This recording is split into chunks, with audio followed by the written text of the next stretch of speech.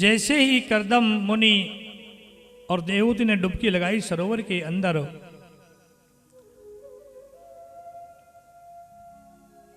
युवा अवस्था को प्राप्त हुए, मंत्रों से अभिमंत्रित किया और एक विमान प्रकट हुआ। विमान में दोनों बैठे और विहार करने लगे। करते करते समय व्यतीत हो गया और उनके 9 कन्याएं और एक पुत्र का प्रादुर्भाव हुआ। कर्दम मुनि और देवहूति से 9 कन्याएं उत्पन्न हुई और एक पुत्र की प्राप्ति हुई।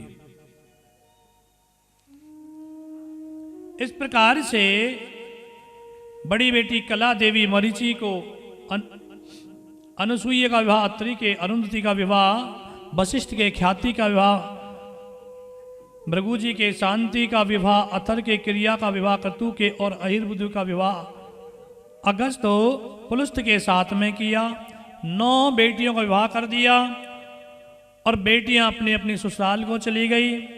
तो पुत्र हुआ था, उनका नामकरण संस्कार किया। उनका नाम था कपिल देव भगवान। भगवान का यहाँ पर कपिल के रूप में अवतार होता है। 24 अवतारों में से कपिल भगवान का यहाँ पर अवतार हुआ। जैसे ही उन्हें पता चला कि बड़े समय व्यतीत हो गए, मैंने तो एक संतान उत्पन्न करने की कही थी, अब 9 संतान है, 10 संतान उत्पन्न हो गई।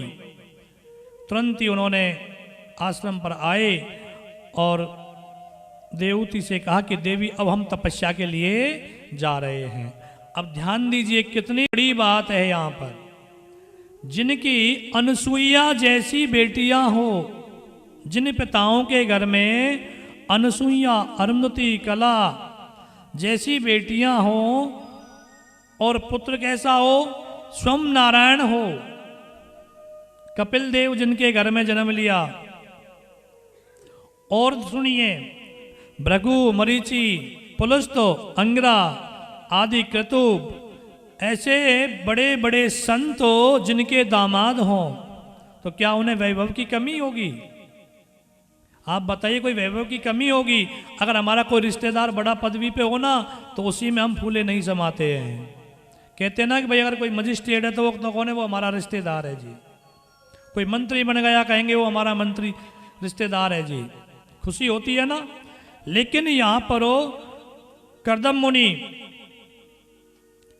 उन्होंने तुरंत ही गस्त को त्यागा और वन में चले गए, अपने तप करने चले गए।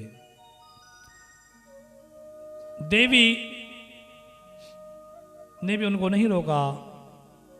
देवहूति से कहा कि आपकी अब रक्षा करने के लिए, आपकी सेवा में मैं अपने पुत्र कपिल को छोड़ के जा रहा हूं। कपिल देव देवहूति को सांख्य शास्त्र आदि की भक्ति के मार्गों को प्रशस्त करते हैं, उन्हें ज्ञान देने लगे। तो कपिल मुनि ने अपनी माता के लिए सांख्य शास्त्र और भक्ति के मार्गों को प्रशस्त किया था। अब वो क्या चीज है कि केवल हम गृहस्थ जीवन में पड़े हुए हैं, तो पेट भरने से काम नहीं चलता है गृहस्थी का। खाली कुमाली और पेट भर लिए और सो गए, फिर जागृत हो गए। 2 अवस्थाएं होती हैं, विषय भोग। अब विषय भोग किसे कहते हैं? हमारा जन्म हुआ, जो हमें वस्तु प्राप्त हो जाए, सांसारिक वस्तुओं को हम प्राप्त कर लेते हैं, विषय भोग हो जाता है। एक ब्रह्म विषय योग, अब ब्रह्म की प्राप्ति हो, उसके लिए क्या करना पड़ता है? तप करना पड़ता है। हम गृहस्थ में रहते हुए विषय भोग करेंगे तो तप नहीं कर पाएंगे। उम्र भी बता रहे हैं, 25 वर्ष तक हो पढ़ाई लिखाई करने का, 50 वर्ष तक केवल गृहस्थी का पालन करने का उपदेश दे रहे हैं आज माता को, और 50 वर्ष के बाद में तप करने का उपदेश दे रहे हैं कपिल मुनि। इस प्रकार से ज्ञान देने लगे। उधर सुखदेव महाराज जी कह रहे हैं, प्रभु अब आपने हमें करदम देवती का वर्णन सुनाया, तो मनु महाराज की और भी तो पुत्रियां हैं, आप उनकी और वंशावली हमें बतलाइए। शुकाचार्य जी कहने लगे, महाराज बड़े उत्तम प्रश्न करते हो आप। मैत्रेयी जी भी से भी विदुर जी महाराज प्रश्न कर रहे हैं, और यही प्रश्नों शौनकादिक 88,000 सूत जी महाराज जी से करें कि आगे की कथा क्या है प्रभु, अब आप उसी वंशावली को तो हमें बतलाइए। अब मनु और शत्रुपा की पहली जो कन्या थी, जिनका नाम आकू थी, उनका विवाह रुचि प्रजापति के साथ में उन्होंने कर दिया। अब रुचि प्रजापति का विवाह हुआ, उनसे एक जोड़ा उत्पन्न होता है। जोड़ा का तात्पर्य है पुत्र और पुत्री उत्पन्न हुए। पुत्र का नाम है यज्ञ और पुत्री का नाम है दक्षिणा।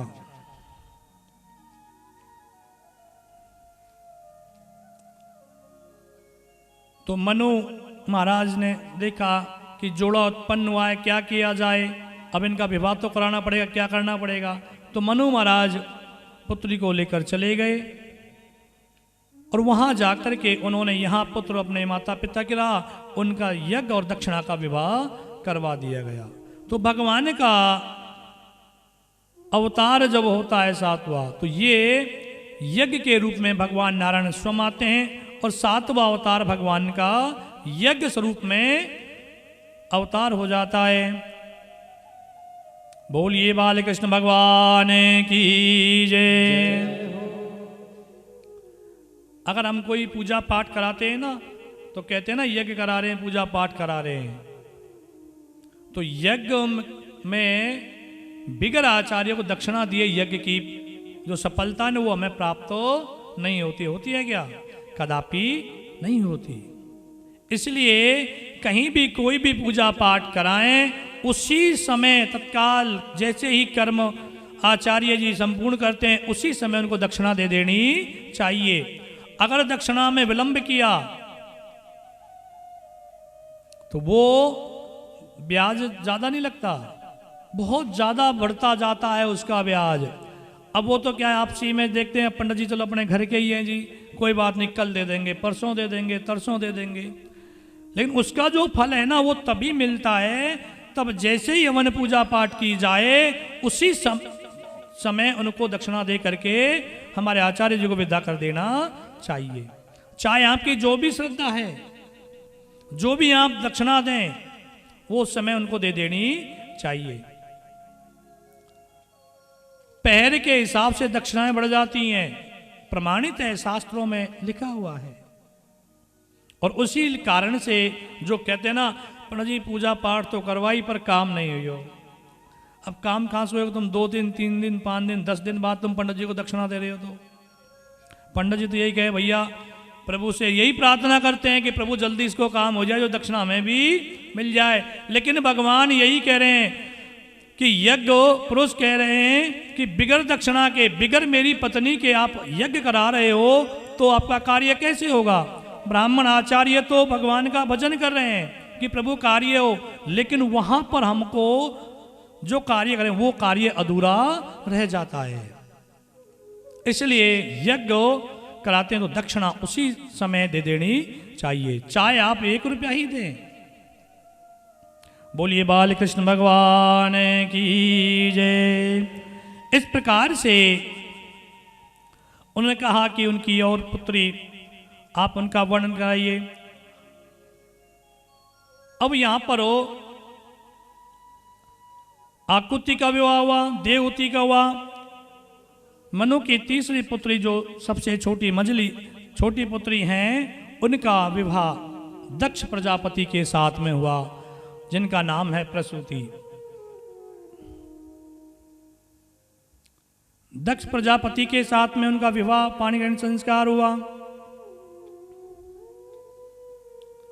दक्ष प्रजापति के और उनके 16 कन्याओं ने जन्म लिया। चाक्षुषी मनमंत्र में भी दक्ष प्रजापति का विवाह हुआ है, जिसमें 60 कन्याओं का जन्म लिया है। यहां पर अभी 16 कन्याओं ने जन्म लिया। सबसे मंझली जो पुत्री है उनका नाम है सती, और सती का विवाह किसके साथ में हुआ? 16 में से भगवान भोलेनाथ के साथ में विवाह कर दिया गया। बाकी 60 कन्याओं में 27 तो नक्षत्र जो होते हैं ना हमारे, इन नक्षत्रों के नाम हैं, तिथियों के नाम हैं। ये सारे दक्ष प्रजापति और प्रसूति से उत्पन्न हुए।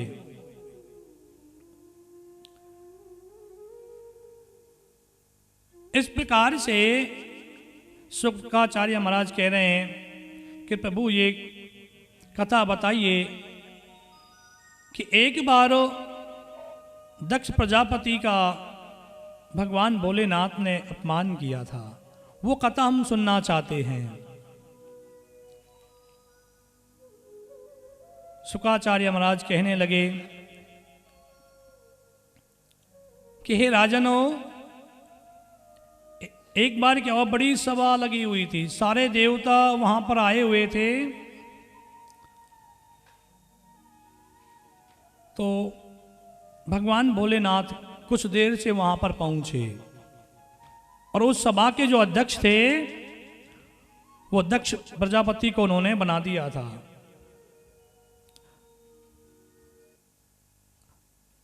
दक्ष प्रजापति थोड़े लेट से पहुंचे, सारे वहां पर विराजमान थे, तो सभी देवता और खड़े हो गए। लेकिन जैसे ही दक्ष प्रजापति वहां पर पहुंचे तो भगवान भोलेनाथ अपनी सिंहासन से खड़े नहीं हुए थे। तो दक्ष प्रजापति को बड़ा ही क्रोध आया। देखिए, मैं सभी का अध्यक्ष और वैसे भी देखा जाए तो आप मेरे दामाद, कौन? भगवान भोलेनाथ, अपमान कर दिया, सबके सामने खड़े नहीं हुए। उसी कारण से दक्ष प्रजापति ने एक बहुत बड़ा विशाल आयोजन किया, यज्ञ किया। अब देखते हैं, हम हमारे यहाँ पे भी बड़े बड़े आयोजन होते हैं। अभी राजस्थान में 5121 हवन यज्ञ कुंडी हुआ था, क्या नहीं हुआ? पता है आपको किसी को?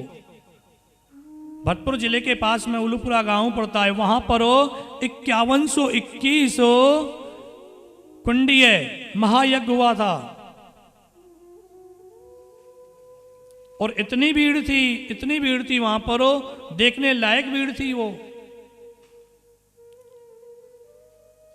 और 9 दिन तक वो यज्ञ चला था। आप लगाइए, तो जब बड़े आयोजन किए जाते हैं तो उन्होंने बड़ा ही आयोजन किया। और क्या किया फिर? उन्होंने अपनी सभी पुत्रियों को, देवताओं को, ब्रह्मा विष्णु जी को भी उन्होंने निमंत्रण भिजवा दिया। लेकिन क्या किया? उस अपमान के कारण उन्होंने भगवान भोलेनाथ को निमंत्रण भी नहीं भिजवाया, जिसके कारण यज्ञ सफल होगा। जहां पर भगवान भोलेनाथ ना हो वो यज्ञ भी सफल नहीं होता है। शिव पुराण के अंदर यही आता है कि जो हम हवन करते हैं, हवन करते हुए स्वाहा शब्द का उच्चारण करते हैं, कुछ सामग्री हमारे हाथ से जो निकल जाती है ना, वो भगवान विष्णु के गणों की, भगवान शंकर के गणों की सामग्रियां होती है और वो वास्तविक में गिरती है। बिगर उसके यज्ञ संपूर्ण नहीं होता है। उन्होंने अपमान किया। इधर से चंद्रमा अपनी पत्नी के साथ में जा रहे थे। उन्होंने देखा चंद्रमा की सबसे प्रिय पत्नी कौन सी है? किससे ज्यादा प्रेम करते हैं चंद्रमा?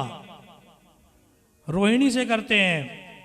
उन्होंने कहा कि बहन कहाँ जा रही है? उन्होंने कहा तुम्हें पता नहीं है कि पिताजी के वहां पर बड़ा विशाल कार्य हो रहा है। तो विवाह में भी पंडित जी वचन मांगते होंगे, कन्याओं को बताते होंगे, वर मांगता है ना कि बिगर बुलाए अपने पिता के घर पर नहीं जाना चाहिए। लेकिन सती को जैसे ही उन्होंने बताया तो सती ने कहा कि हमें भी चलना चाहिए। अपने पति से कहने लगे, कौन? भगवान भोलेनाथ से सती कह रही हैं कि प्रभु आज्ञा दीजिए, आप भी चलिए और हम भी चलते हैं, पिताजी का बड़ा ही आयोजन हो रहा है इसलिए हमें चलना चाहिए। भगवान भोलेनाथ बार बार उन्हें समझा रहे हैं, लेकिन उन्होंने क्या किया? नहीं मानी और चले गए। जाकर के क्या देखा? कुछ छोटे मोटे गणों को भेज दिया सती माता के साथ। देखा सती माता ने कि भगवान भोलेनाथ का आसन भी नहीं है। अपमानित महसूस होने लगी, स्वयं खुद अपमानित होने लगी। मनी मन में सोचा कि मेरे पिताजी ने मेरे प्राण प्रिय भगवान भोलेनाथ का भी स्थान नहीं दिया। और जैसे पहुंची तो दक्ष प्रजापति ने उनका भी अपमान कर दिया कि तुम्हारे पति तो मूढ़ हैं, हठी हैं, भूत पिशाच आदि की सेना में रहते हैं, उन्हें लज्जा तक भी नहीं। ऐसे कहे। अब आप देख लीजिए, हमें ज्ञान की चीज कितनी मिलती है यहाँ पर। जहां पर पति का अपमान हो रहा हो तो क्या हमें सुनना चाहिए? अगर ससुराल में अपमान हो रहा हो पति का और वहां पर बिटिया खड़ी हुई हो तो सुनना चाहिए। आज के टाइम में क्या होता है? कन्या कही कोई बात नहीं, आप चुप रहो, देख लेंगे बाद में बात। ये वास्तविक है और वहीं से दरार आपसी में दोनों में उत्पन्न हो जाती है। चाहे कितना ही कार्य हो, एक दूसरे को वास्तविक समझना चाहिए। पति देव रोक रहे हैं लेकिन पत्नी नहीं मानी तो क्या होगा? दरारें उत्पन्न होंगी। तो सती माता ने नहीं मानी तो उन्हें अपमानित महसूस होने लगा। और जब उन्होंने अपशब्द कहे तो क्या किया? उन्होंने वहीं यज्ञ में अपने प्राणों को त्याग दिया। कथा विस्तार से बड़ी लंबी है, लगभग आप सभी को ये कथा सुन रखी है। तो ये कथा भगवान भोलेनाथ की यहाँ पर आती है। गणों के साथ में युद्ध होता है, दक्ष प्रजापति के सेना रहती है, उनके साथ युद्ध होता है। भगवान शिव के गणों को मार मोर के उनको भगा देते हैं। एक आध दो गण बचते हैं, भगवान भोलेनाथ के पास जाते हैं, दृष्टांत सुनाते हैं। भगवान भोलेनाथ तो इसे बैठे बैठे देख रहे हैं। बड़ा क्रोध आया, जटा उखाड़ी सिला पर मार दी, दो टुकड़े हो गए उसके। एक जटा के, एक से वीरभद्र काली, दूसरे से एक से वीरभद्र और दूसरे से काली आदि की उत्पत्ति हो गई। महाकाली की उत्पत्ति एक से हो रही है, दूसरे से वीरभद्र की उत्पत्ति हो रही है। और दोनों को आदेश दिया, जाइए जाकर के देख करके आइए क्या हो रहा है। सारा वृत्तांत बताया और जाकर के मूढ़ दक्ष को हवन में ही स्वाहा कर दीजिए। वहां पर गए, जाकर के देखा ऐसा ही कौतूहल उन्होंने किया। जितने भी वहां पर त्वचा आदि, भृगु, अंगरा आदि थे, सब किसी की दाढ़ी खींची, पूसा के दांत तोड़ दिए, अंगरा आदि की आंखें फोड़ दी, किसी इतने देवताओं को मारा पीटा, सारे भाग गए। और उन्होंने क्या किया? दक्ष का सर धड़ से अलग करके खड़ग से हवन में ही स्वाहा कर दिया। देवता लोगों में हाहाकार होने लगा। अब क्या किया जाए? यज्ञ तो संपूर्ण करना पड़ेगा। दक्ष प्रजापति नहीं रहेंगे तो संसार की जो ये सृष्टि है कैसे चलेगी? सभी देवता लोग भगवान भोलेनाथ के पास पहुंचते हैं, ब्रह्मा विष्णु जी भी पहुंचते हैं। जाकर के स्वस्ति वाचन आदि करते हैं, उनको मनाते हैं, कहते हैं कि प्रभु ऐसा करिए, आप दक्ष को जीवन दान दे दीजिए। इस संसार का सबसे पहला ऑपरेशन हुआ, इस संसार का सबसे पहले ऑपरेशन हुआ था। आजकल हम कर रहे हैं ये कि दक्ष प्रजापति का ऑपरेशन किसने किया था? भगवान भोलेनाथ करने जा रहे हैं। देखिए कैसे कर रहे हैं। प्रसन्न हो गए। उन्होंने कहा ठीक है, आप सभी देवता लोग आए तो हम चलते हैं। वहां पर गए, देखा धड़ में लगाया, धड़ में लगाया तो समझ लीजिए जिंदा भी हो गया। जाइए उत्तर दिशा में जाकर के जो भी पशु पक्षी जो भी मिले उसको धड़ लेकर के आइए। तो बकरा मिला, बकरे का धड़ लगा दिया दक्ष प्रजापति के ऊपर। और जैसे खड़ा हुआ, जल छिकड़े जैसे कोई सोता हुआ खड़ा होता है ना, ऐसे खड़े हो गए। भगवान भोलेनाथ की उन्होंने स्तुति आदि करी। स्तुति करने के बाद में यज्ञ को संपूर्ण किया। लेकिन कहने लगे कि आपको तो मैंने जीवन दान दे दिया, लेकिन अब मेरा क्या होगा? भगवान भोलेनाथ का आइए आपके समझ में। भगवान भोलेनाथ क्यों कह रहे हैं ऐसा कि अब मेरा क्या होगा? तो मैं तो जीवन दान दे दिया। अब भाई मैं तो बिगर पत्नी के रह गया ना। तो भगवान ने कहा ठीक है, हम तप करते हैं, पुनः दोबारा से फिर हमारे पास हमारी सती अवश्य आ जाएंगी। तो भगवान भोलेनाथ चले गए। ऐसे हमारे भगवान भोलेनाथ हैं, अपमान करने के बाद भी दक्ष प्रजापति का उन्हें जीवन दान दिया। बोलिए गौरी शंकर भगवान की जय।